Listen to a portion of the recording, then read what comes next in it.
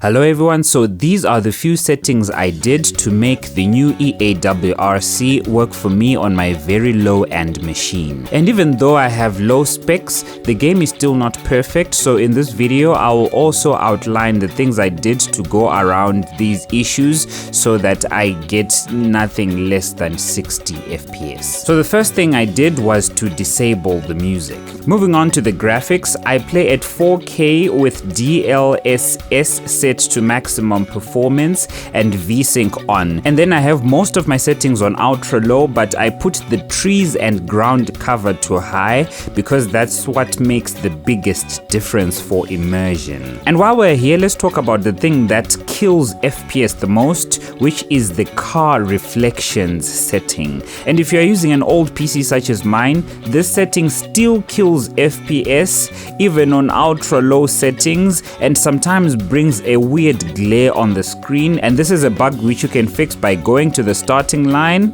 and then hit pause before the countdown and turn the car reflections to low or any other setting, then go back to the starting line and resume your game. But before the countdown again, pause the game and go back into settings and change back to ultra low, and that should increase your FPS and clear that glare on the screen. I know this is a weird thing to do and it's annoying, but if you have a minimum spec PC, you don't have a choice. You just have to do this every time before you start a new stage. Still on graphics, I feel like the game has a whitish haze that's everywhere in the game, and I don't know for you, but for me it makes some stages look like the highlights are set too high that you can't even see the details on the road properly.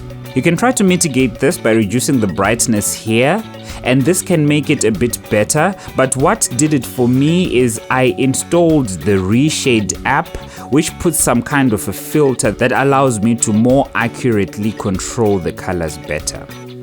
Moving on to the wheel settings, although I use all the 900 degrees of my Thrustmaster TX wheel, I still always felt like there's some kind of a snappy or twitchiness in the handling of the cars, so I put steering linearity to +3 here to make it even less sensitive. Then onto vibration settings. I don't want to fight the wheel since I am using a huge rotation as it is, so I reduce the self-aligning torque to around the low 40s here, and then I drastically reduce the wheel and tire friction down. And don't take these values too seriously. They don't have to be too specific. I just reduce them down because I can always adapt to anything in this ballpark. And by the way, I got these values by trying to make the game feel as close as possible to Richard Benz Rally. That's why I also set the suspension very, very high, and this helps with immersion since you would be feeling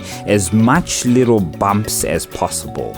And with these settings, the game feels very enjoyable for me, and I hope these will help you better set the game according to your hardware and driving style. A lot more videos are coming covering how to set up different cars in different stages and how to drive them fast, so be sure to subscribe so that you don't miss anything. Wash out!